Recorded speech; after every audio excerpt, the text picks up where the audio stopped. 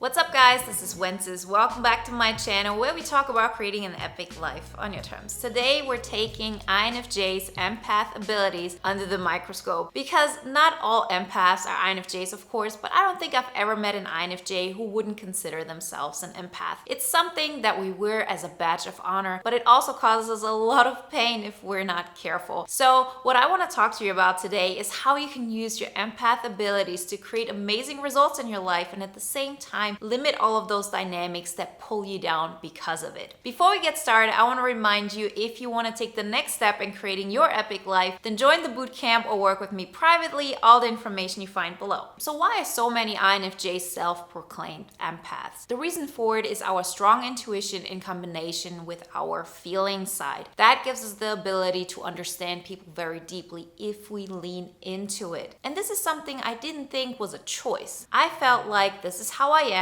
this is my personality, and so since I have this and since it can be so hard, I'm gonna actually look at it from the best way possible, which is that makes me unique, that makes me special. This makes me be of more value to others. I did not understand that I have a choice of how much I lean into it. So let me explain this a little bit further. So for the longest time, I didn't want to focus on myself, and I know a lot of INFJs feel this way. It has a lot to do with our personality, it has a lot to do with how we've been brought up and how we've been conditioned. But the truth is this: in order to lean into your empath abilities, you have to hollow yourself out. In order to understand people on a very deep level, what do you do specifically as an INFJ? You forget who you are in that moment, in that presence, and you transform yourself as somebody who's living in that other person's world. That is not something that has to be a bad thing, but we have to be aware that this is how it's happening. If you think back on all the situations where you have been that friend, where you have been that person who wanted that other person to feel great about themselves, you wanted them to see all that potential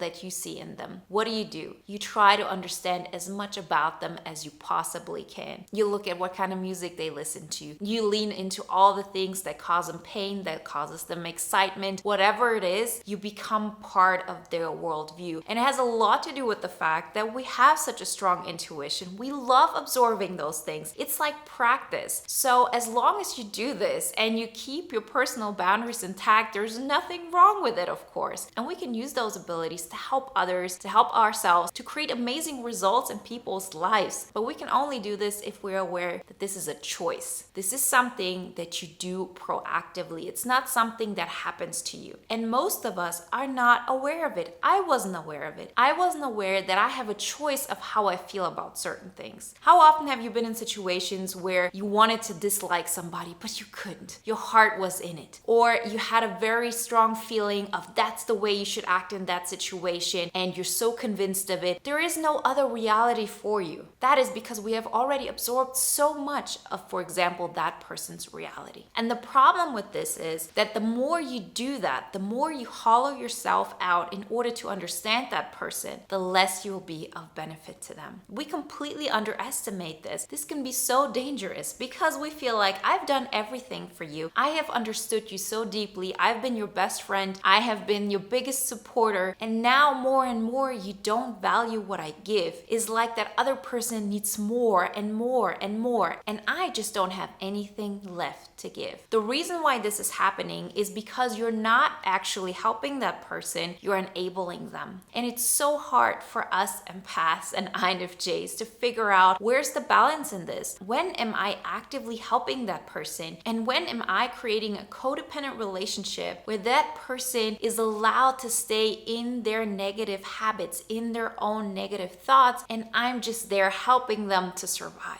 The truth is this: you'll probably not figure this out when you're in that situation. How could you? Once you're in that situation, you're already in a reality where you're the sidekick to that person. That doesn't mean that on a level where you're by yourself, you don't feel like you're in control of your life. But when you're with that person, do you feel like the way you show up is the supporter of the other one? It's always about what they want. It's always about how they feel because they just suffer so much and you have so much to give. If that's the kind of dynamic you're used to, then you're definitely not setting the right kind kind of boundaries for INFJs who have empath abilities. So those are not the typical boundaries as in I have to tell that person what I like and I have to make sure that that person doesn't take advantage of me. Those things are basic boundaries. We all need to learn them, but that's not the boundaries that I'm talking about. The boundaries that we as INFJs with empath abilities have to learn big time. So I'll give you a quick example. I used to be somebody, when my friends came over, I never listened to my kind of music. I never listened to or put on any kind of music that I liked because it wasn't the kind of music that my friends liked. What did I do instead? I put on the music they liked. Did I like it?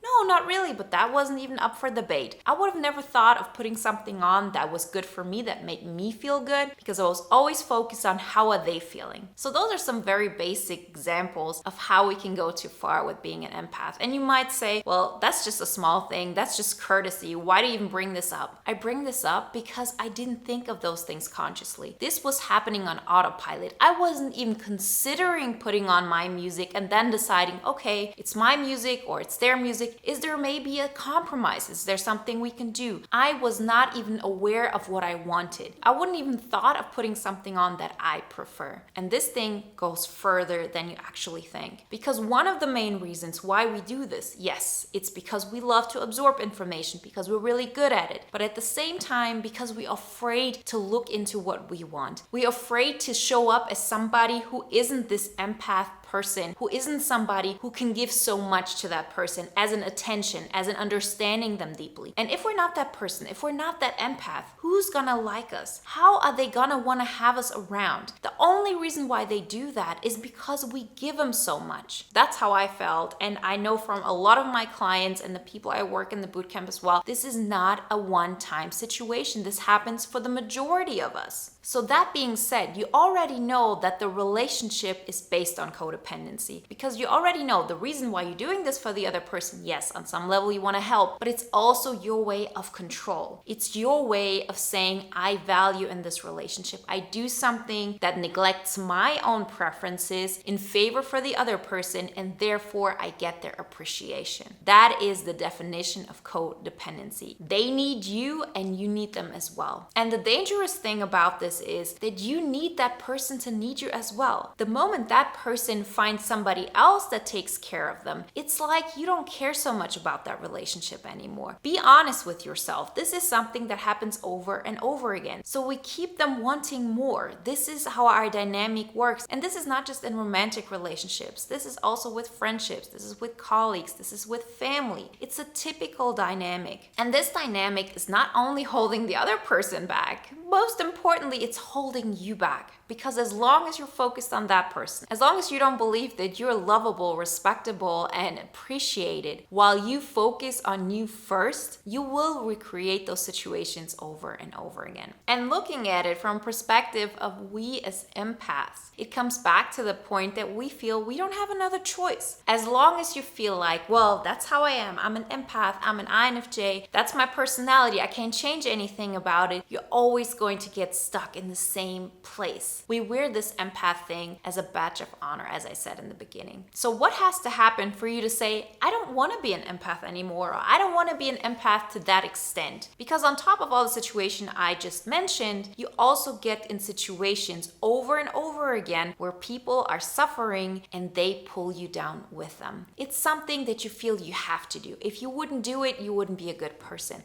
That's just who you are. That's not the truth. Gary Zukav said it very well, and I'm probably misphrasing here, but the main point is you create your personality to feed the purpose of your soul. So let's digest this for a minute. What does this actually mean? This means, what is the purpose of your soul? If the purpose of your soul, for example, is to help people, then it's probably not always the right kind of personality trait to be there for everybody, to allow everybody to have a piece of you, to be focused on everybody. And remember, the reason why this is happening so easily is because we help hollow ourselves out. We become this fluid personality that can adapt everywhere. This chameleon trait that we also wear as a badge of honor, just because I can be a chameleon, just because I've been able to put myself in different situations and be what that person wanted me to be, that does not mean that first off, I have to do this. Second of all, it does not mean that I cannot change it, that I don't have the ability to change it. And thirdly, it doesn't mean that it's something that I have to like. We go into the world thinking being an empath is like this amazing thing. And the downside to this is just that we suffer. We are chameleons. That's who we are. That's what we can do. So why in the world would I change that? We're so afraid of altering our personality because we're not focusing on following the purpose of our soul. See, when I had my big breakthrough moment 7 years ago, I realized I have to change my personality. My soul wants to help people. My soul wants to create and empower others. But in order to do that, I myself have to become more firm. I myself have to be less of a chameleon. I myself have to be more certain about who I am, how I'm showing up, and that there are boundaries intact, that no matter whoever comes into my life, I will not change. That led to a moment where I, a couple of years ago, invited my friends over for a weekend at my apartment, and the entire weekend went by. I played some music, we had fun, and at the end of the weekend, my best friend said, "This music was horrible. It brought me down so much." And for the first time ever, I realized that an entire weekend I've been playing my music, not even thinking about how that would affect them. And on a certain level, of course, I felt, oh, I wasn't a great hostess. And I said, please tell me next time so we can find a compromise. But on the other side, I was so proud of myself and I was so happy that I have gotten my mind to a point where I was so much more aware of what I wanted to listen to than what she wanted to listen to. That was a big breakthrough for me. And this is how I want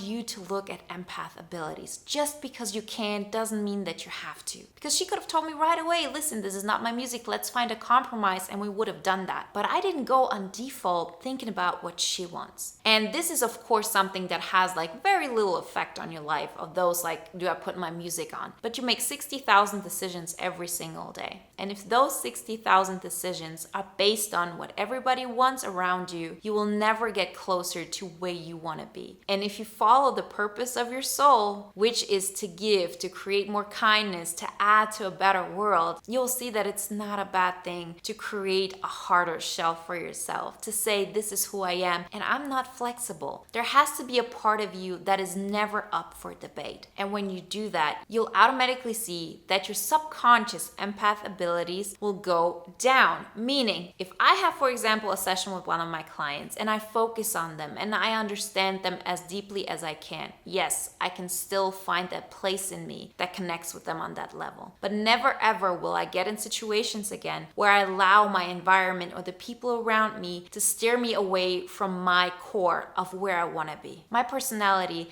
is built to feed the purpose of my soul. And it's not built to make people around me feel good about themselves. Those things can work together, but it always starts with you. The more you focus on what is my purpose, like the vocation part in the 5 pillars, for example, helps a lot with this. If you haven't downloaded the poster, go ahead now. That will definitely help you a little bit to figure out like where you stand. That way you can decide to create your personality based on that. And when I say personality, okay, you can't say, okay, I'm not an INFJ anymore, now I'm an ESTP, but you can decide where your boundaries lay, how you show up, what things are up for debate and what aren't, who you want to be, and how you expect other people to treat you. For the first time, I saw myself as a fighter. I saw myself as somebody who isn't looking left and right if people need me. I look front, I share my message, and the people who want my help, they come to me. And the people who I do have in my life, the people who do love me, who do respect me, they love and respect me because I love and respect myself and not because of what I can do for them. That is a huge difference. And the only way we can achieve this if we're willing to look at the negative consequences of giving those empath abilities a rest. If we're willing to say,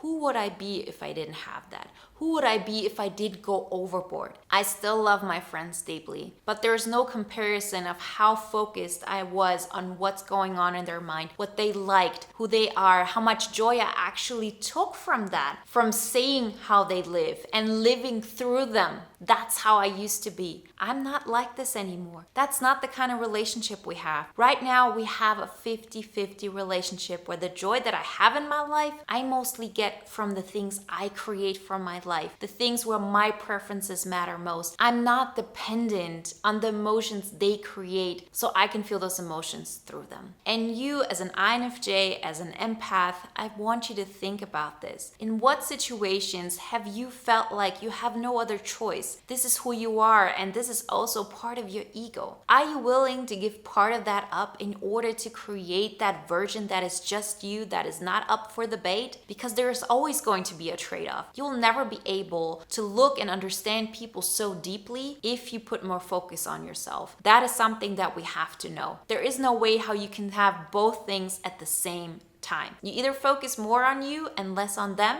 or you focus more on them and less on you. And you might say, okay, but I want to be selfless. I want to help others. But remember, if you don't have anything left to give, you can't help them either. The best way to help your friends, to help the people that you love, is for you to be the best example of you believing in yourself, standing up for yourself, and fighting for yourself. Because then they're not going to be dependent on you looking at them and understanding them so deeply, because they're doing that for themselves. That's what we want to achieve. Because no matter how great of an empath you are, no matter how great of a friend you are, you will never be able to give your friends what they could give themselves. And the same thing goes for you and me. No matter what other people can do for you, and no matter how much you feel you need their love and their appreciation, they can never fill that part of you that only you can fill. I hope that inspired you to reevaluate the way you approach your empath abilities. And remember, if you want to take the next step and create that epic life for yourself, to create that version for yourself that fights for the purpose of your soul, then sign up for the bootcamp or work with me privately. All the information you find below. And if you want to watch another video now that is in line with today's topic, then watch the video on how to kick the NITI loop to the curve, because one of the ways you go way too deep into empath mode is when you take way too much information and you try to understand it over and over again, so you go into NITI.